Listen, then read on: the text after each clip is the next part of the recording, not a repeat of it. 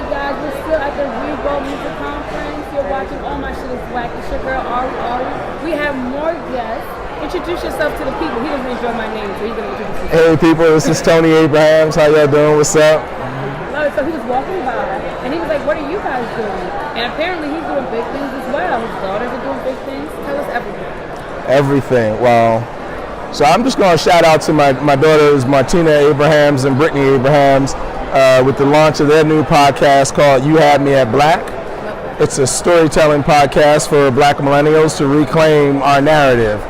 And so they go around and find young Black people and tell stories of triumph and struggles and sacrifice and laughter and relationships and racism and discrimination and you name it. But it's their stories and it's authentic. So. And how long have they been doing it? Probably about 5 or 6 months now. So 5 or 6 months, but how many followers do they have? They have a lot. Like I want to say like 30,000. Like it's growing rapidly. Yeah, across all their social media platforms. Oh, I love that. We have to talk to them. We have to get them on the jack. Yeah, get them on the jack. Get them on the jack. So what else do? You sort of so many things. I do finance. I'm the CFO for COMBS Enterprises. A little bit of money, but we don't waste it like that. This is how you waste money. You don't make it right. No, this is how you waste money. We gotta learn to stop wasting money. So this is how you waste money. Yeah, exactly. Investment. Okay. That's the sign of investment. Investment. This is not an investment. This is called waste. Yeah, so you an investment on them hoes. Yeah, well, no, our young artists, these young artists, they make $100,000 and they think they've arrived and they spend half of it in the club in 2 weekends with their posse. And so why waste your money? That's real. So instead, you should be like doing like this and buying that little condo, something that's going to appreciate in value and then keep it moving. So is that your advice? Is that one of the first pieces, the first investment you can make as a young person? Well, I think home ownership is a good investment. And real estate is always a good investment. Usually goes good for you. Right? You always got a roof over your head. Landlord can never kick you out. Right. Assuming you're paying it, it's all good. Right. I love that. Okay, so in finance, what else do you do? I heard you tell jokes. That's what I'm doing. Oh, see, I did do some stand-up at the Gotham Comedy Club, but I'm not really a comedian. You told me you killed it. Right? I did kill it. Google Tony Abrahams Gotham Comedy, and you will see me slaying it. And how many minutes? About 20 minutes. 20? I stood up there with 300 people, my original content, killed it. So, and what's your style? Is it storytelling as well? It was a storytelling style, yeah. It was kind of cool. It was funny. It was me. I love that. So much positivity. Yeah. Doing things you want to do. You have your daughters doing things they want to do. I like this.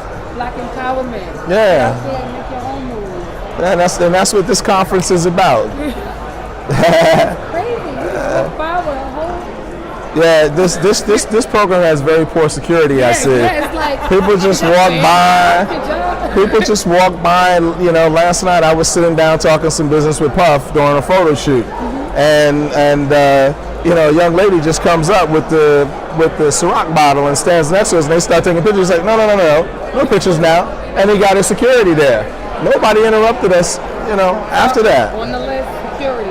Got it? Y'all gotta have security. People can't be walking in front of your cameras. Shem, what happened? You stepped away from your post?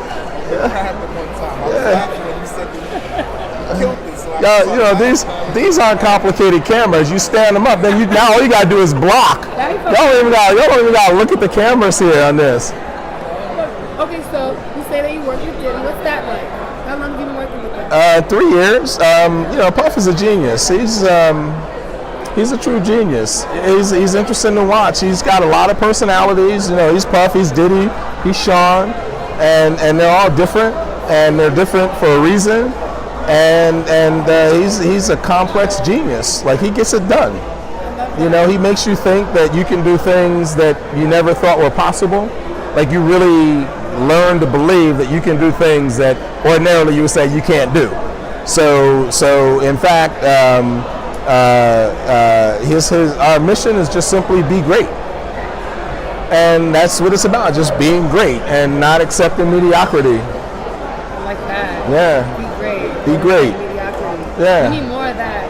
I'm a big Diddy fan. I just like like his positivity, and he's always trying to push the young people forward and make us think about different things. Just like He does, and he tries to push everybody forward. right. Right? It's not just the young people, but especially the young people. He has an affinity for young people.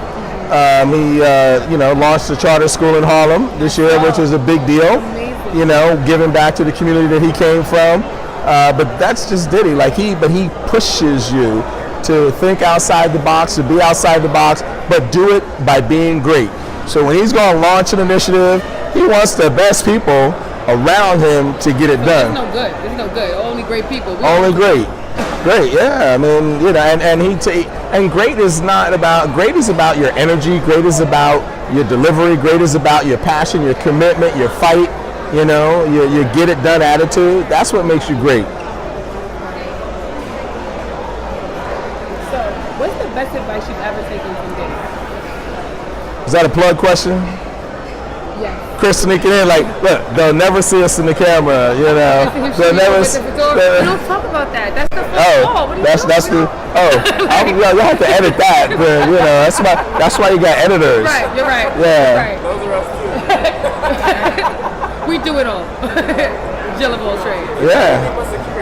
Yeah. Look, I mean, he's a man of few words at times. I mean, when I first joined as his chief financial officer, one of the first things he told me was, manage my money like it's yours.